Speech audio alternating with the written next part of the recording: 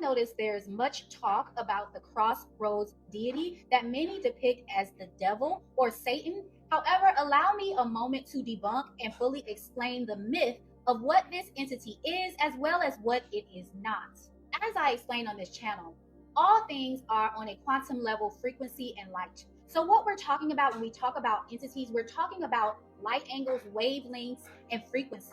And these wavelengths or light angles can be measured in degrees using lines and shapes. And when you think about entities, you need to think about them in their light form, meaning that people have created sigils of angles and degrees to draw out their energetic frequency or energy in the form of a seal. When you think about books like the Greater and Lesser Keys of Solomon or even the Necronomicon, what you have in these books are seals or sigils, and they're usually typically drawn out with arcs of lights, lines, triangles, etc. that kind of depict these entities or energies. And across cultures, you have many depictions of what this Crossroads deity, what people think is the devil, is often confused with the Baphomet as a dual sex being or an intersexual being, meaning that they are neither male nor female or more of an androgynous energy. Let's unpack the list of entities that they are listed as across cultures. In the Greek, this entity is called Hermaphroditus, which is the child of Hermes, Aphrodite, fused with Shammash, possessing both male and female traits. In Hindu is Ardhanarishvara, which is a composite deity of Shiva and Parvati, depicted half male and half female. You also have Hapi in Egyptian, which is the Nile god of inundation, shown with male body and female breasts. In Japanese, you have Inari, which is the deity of rice and fertility, appearing as male and female or androgynous. You also have Aphrodite in the Greek. You have the Baphomet, which I just spoke about, which is the esoteric figure depicted with male and female traits, symbolizing duality. You have Awas, which is a Thelemic occult deity, the spirit voice of the Book of the Law, described as beyond gender. And then you have Ishu in Yoruba, which is the trickster and messenger deity of the Crossroads, which is also fluid in form between male and female. And then in Haitian Voodoo, you have Kalfu, which is at the crossroads and the counterpart to Papa Legba, governing fate and opportunity. As I explained in previous videos, when the earth was erected and you had these two polar magnets that separated everything and created a sphere, a crossroads was created in the middle. And this includes the sun and the moon as two energetic frequencies that exist within this sphere. However, the moon itself is a machine, as I have shown on this channel, and it is a reincarnation machine as well as a projector. The moon machine, being a reincarnation machine having 12 gates of light, basically takes souls instead of them wandering through the earth and allows them to reincarnate or be born again into another body.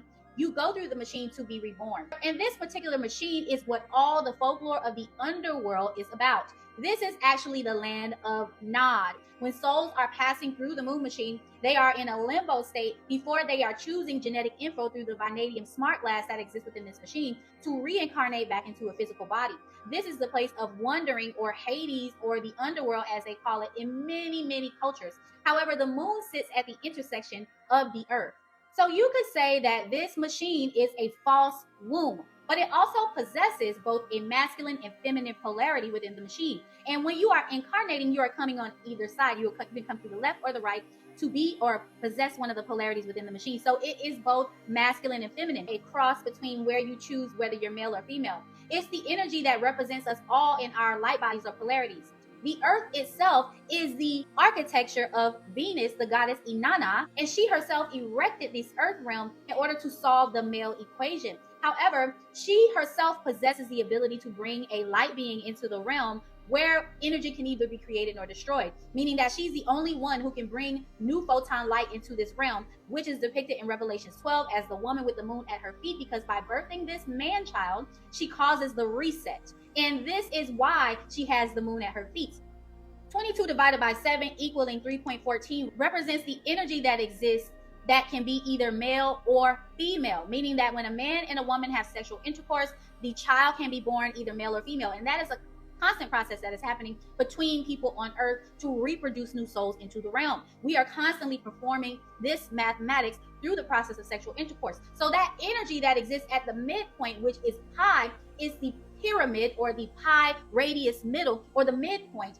of all of existence, and that exists on an earth level as well as a human base level, as well as on a biological level when you talk about spermatogenesis and the process of PMAX, which is the creation of the polarity between males and females.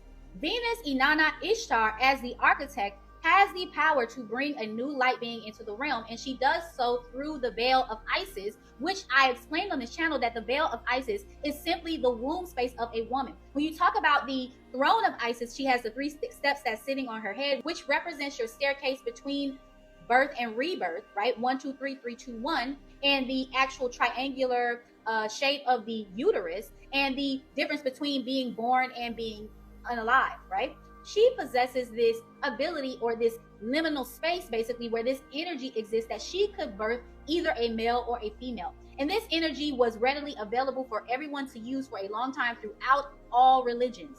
And she has this egg that she can create a new photon light being. However, it had to be accessed at the end of time to determine which type of male or female she was going to bring into the world. And as the book of Revelations 12 explains, she actually brings in a man. Why does she bring in a man? Well, it's pure mathematics.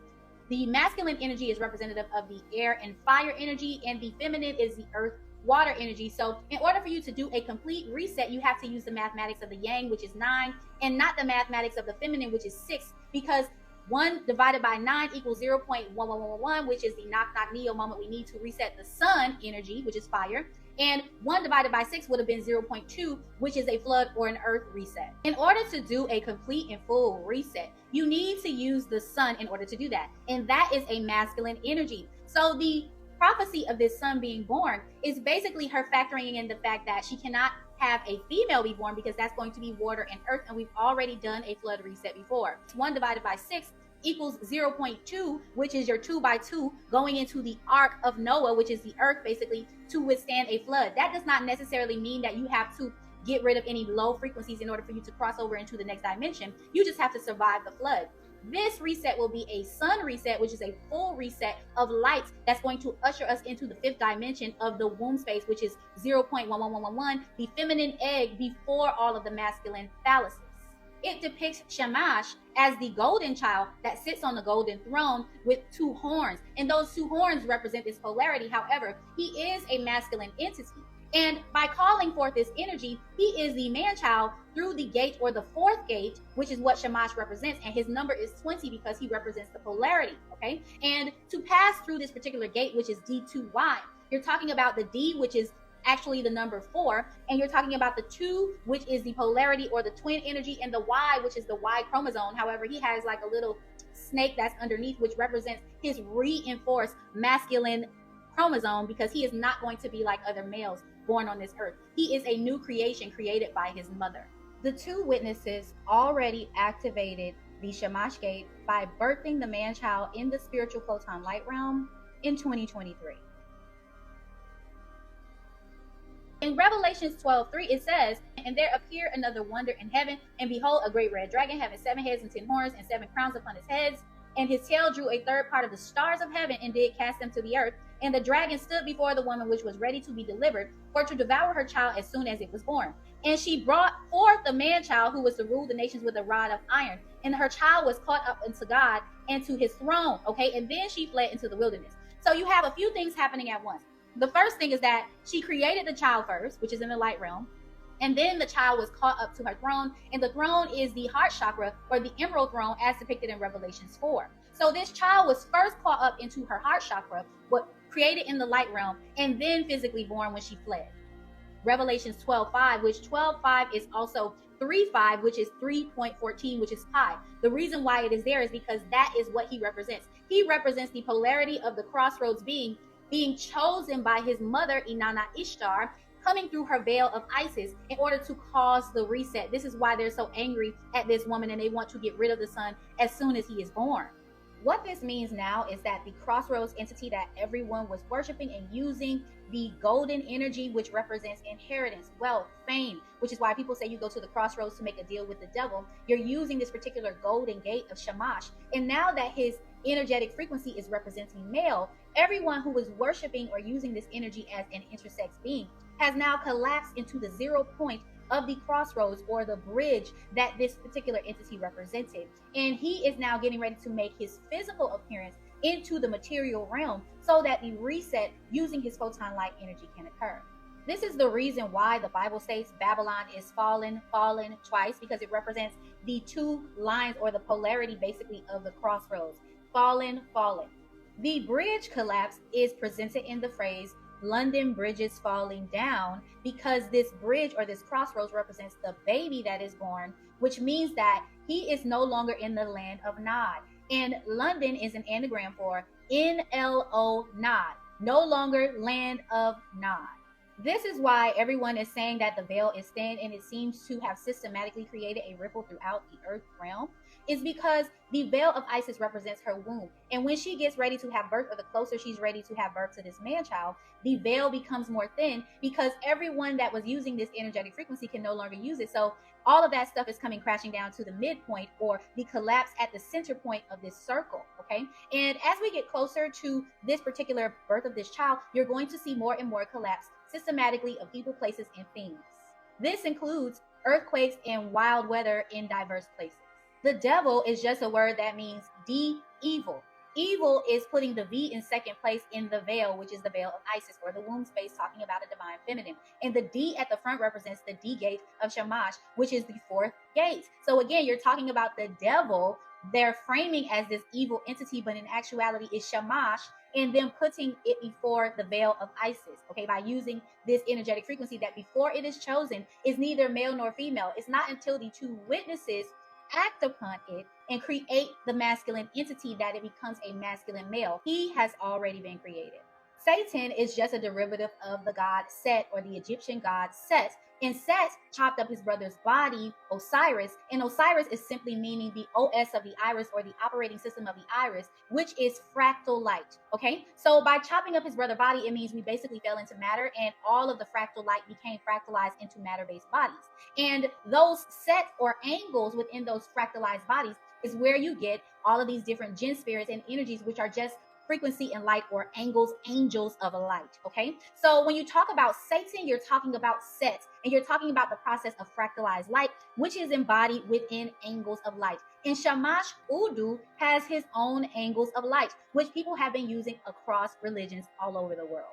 These energies are neither inherently good or evil. It all depends on the person channeling them and what they're tending to use that energy for. We're talking about the law of do unto others as you would have them do unto you, now that the reset is before us and everyone must pass through the light in order for them to make it to the fifth dimension. So we're talking about good versus evil now, and going through the heart chakra of love so that you can be my odds or balance, or meet the light where it's at.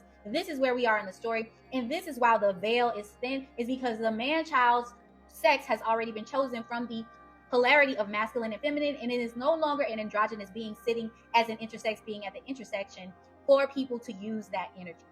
There's a lot of people talking about intersexuality and inversion right now of the world stage, and seeing different people, presenting as one thing and they're actually another. Well, that is more so ritualistic for the fame and fortune that comes with the stardom, okay? The golden gate is representative of inheritance. He is an heir. He sits on a throne, okay? And you go to the crossroads so that you can seek gold, or you can seek fame, or you can seek fortune. And this is what it means by people making a deal with the devil, okay? So when you talk about intersexuality or inversion, this is simply what we're talking about. I hope you enjoyed this message. Please like, share, and subscribe, and put a comment down in the comments just to let me know what you think of this content overall. Keep shining bright. Peace, love, and light.